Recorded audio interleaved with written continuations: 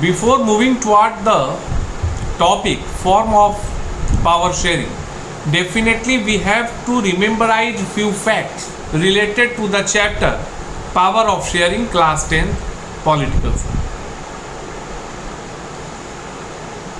And again we have to move little bit back, that power sharing comes from the source of power sharing. Yes, you are completely right. I am just trying to recall you a chapter of class 9 democracy. Actually हम लोगों को सत्ता में साझेदारी अथवा power sharing की जरूरत पड़ी क्यों, कहाँ से आया, कैसे आया? अरे भाई, it's fact that we started actually the democratic form of government established in various countries in the world just after removal of the monarchy system. राजतंत्र को धीरे धीरे करके हटाया गया राष्ट्रों द्वारा, और जहाँ जहाँ से राजतंत्र हटे वहीं वहीं लोकतंत्र आया. अब मैं सवाल तुमसे पूछता हूं कि what was the reason behind the removal of monarchy system? Definitely if you are having some knowledge then definitely you know that भी सबसे बड़ा तो सर उसमें ड्रॉबैक था कि एक व्यक्ति राजा बन जाता था, तमाम प्रकार के निर्णय वही लेता था, राज्य भूमि पर राज करना, भूमि पे नियम नीति बनाना, सजा देना. मतलब कहा जाए तो भाई सामान्य बोलचाल की भाषा में वह राजतंत्र एक ऐसी व्यवस्था थी जिसमें राजा आमिर खान होता था, मिस्टर परफेक्ट, हर चीज से एकदम परफेक्ट होना चाहिए. ऐसा संभव नहीं. No one is perfect in all the disciplines. Either, अब आप एक उदाहरण लो, अगर एक व्यक्ति जो अच्छा वक्ता है, वक्ता मतलब बोलने वाला, वह एक अच्छा कवि होगा? संभव है? नहीं. अच्छा लेखक होगा? नहीं. जो अच्छा लेखक है वह जरूरी नहीं है कि अच्छा वक्ता हो. हर व्यक्ति में अपनी अपनी कुछ विशिष्टताएं होती हैं, कुछ फीचर्स होते हैं जो मनुष्य को महान बनाता है. जैसे कविता लिखने की शक्ति थी. उन्होंने हरिवंश नारायण बच्चन को भारत के एक महान कवि की उपाधि दी. दिनकर थे, वो राष्ट्र कवि बने. गद्य लिखने की क्षमता प्रेमचंद में थी, वह भारत के एक प्रसिद्ध उपन्यासकार बने. निराला थे. हर व्यक्ति में गुण है, हर व्यक्ति में अपनी कुछ योग्यताएं होती हैं. ऐसा नहीं होता है कि एक व्यक्ति सर्वगुण संपन्न हो, तब तो भारत का या दुनिया का हर व्यक्ति श्री राम होगा, मर्यादा पुरुषोत्तम श्री राम. एक व्यक्ति जो तमाम गुणों से, 36 गुणों से परिपूरित. लोकतंत्र के आने के पहले जो राजतंत्र था वह इसी विरोधाभासी बयान पर टिका हुआ. एक व्यक्ति, एक शासक, एक व्यक्ति के ऊपर तमाम जिम्मेवारियां, चाहे वह कानून बनाने की हो, चाहे वो कानून लागू करने की हो, चाहे वो सजा, कानून का पालन नहीं करने पर सजा देने की हो, जिससे कि राजतंत्र के प्रति लोगों के मन में विरोध बढ़ता गया और धीरे धीरे करके देशों से राजतंत्र हटते गए और लोकतंत्र आता गया. Am I correct? मैं सही हूं? बोलेगा बिल्कुल सर सही है. लोकतंत्र जो आया वह इसी बुनियाद पर आया कि समूह द्वारा शासन, जनता चुने. जब शासन एक समूह के द्वारा हो रहा है, इसका मतलब क्या हो रहा है? जो सत्ता पहले, अगर पहले यह एक पुस्तक, एक पेज की पुस्तक थी और आज इसमें कई पेजेज हैं, इसका मतलब क्या है? ये भिन्न भिन्न कागजों के मिलने से, भिन्न भिन्न पृष्ठों के मिलने से इस पुस्तक का निर्माण. Just on the concept of that power sharing works, कि इस गवर्नेंस में सत्ता जो है वो विभागों में बांटी जाती है. अब भाई तुम पूछोगे कुछ रूप वगैरह बताइए ना सर. अब चर्चा आती है फॉर्म ऑफ पावर शेयरिंग की, कि कैसे सत्ता बढ़ती है. हम फिर चलते हैं अपने राष्ट्र की. अभी आप देखो, राष्ट्र में 3 विभाग हैं कि नहीं है? अगर हम डेमोक्रेसी ऑफ इंडिया की बात करें तो अगर हम डेमोक्रेसी ऑफ इंडिया की बात करते हैं तो इसमें कहीं कोई अतिशयोक्ति नहीं हो। इस बात को मानने में कहीं किसी प्रकार की अतिशयोक्ति नहीं होनी चाहिए कि भाई सही बात है सर, इसमें एक के हाथ में सारी सत्ता नहीं, एक के हाथ में सारी सत्ता नहीं। फॉर एन एग्जाम्पल, भारतीय लोकतंत्र में सरकार ही तो सत्ता है, उसको 3 भागों में बांटा गया, legislature, executive and judiciary. Legislature, executive and judiciary, which is also known as विधायिका लेजिस्लेचर, एग्जीक्यूटिव कार्यपालिका और जुडिशियरी न्यायपालिका। और यही कारण है कि अगर आप लोकतंत्र पढ़े होंगे तो लोकतंत्र में कहा जाता है कि लोकतंत्र में पहले 3 स्तंभ थे, मतलब तीनों के मिलने से ही लोकतंत्र का कॉन्सेप्ट फुलफिल होता था, मतलब सरकार की परिकल्पना पूरी होती थी। विधायिका, कार्यपालिका, न्यायपालिका, और चौथा बाद में जोड़ा गया मीडिया, पत्रकारिता, लोकतंत्र का चौथा स्तंभ। यह क्या है? What do we mean by विधायिका, कार्यपालिका, न्यायपालिका?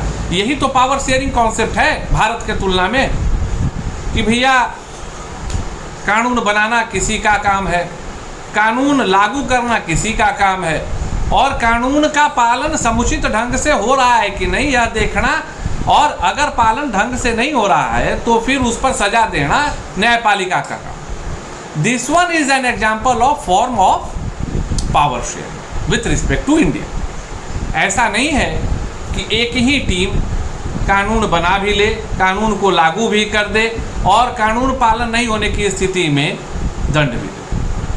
This one is nothing but a clear-cut concept of form of power sharing। यह तो मैंने भारत के तुलना में आपको बताया। And one more important thing that makes democratic form something special, that अब सिस्टम देखो, जजेस की नियुक्ति भी तो किया जा रहा है संसद के द्वारा ही, पारित होता है, प्रस्ताव होता है, राष्ट्रपति के पास भेजा जाता है, उसको स्वीकृत करते हैं, जजेस की नियुक्ति होती है। लेकिन इसके बावजूद जुडिशियरी पर उनका नियंत्रण नहीं होता है, और इसके प्रमाण कई बार मिलेंगे कि कई बार सरकार के नीतियों के विरुद्ध, इंदिरा गांधी थी, बैंकों के राष्ट्रीयकरण की बात हो रही थी, सरकार में थी, सुप्रीम कोर्ट ने खारिज कर दिया। कई बार ऐसा होता है कि न्यायपालिका उनके बनाए गए, उनके लागू किए जाने योग्य निर्णय को रोक देती है।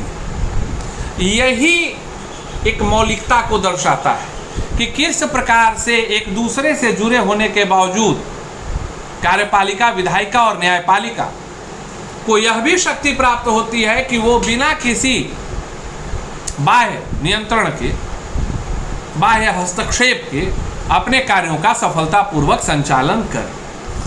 अब दूसरा फॉर्म ऑफ पावर शेयरिंग भी आप समझेंगे हमारे राष्ट्र की तुलना में, बेल्जियम की तुलना में, and that one is a mode of governance.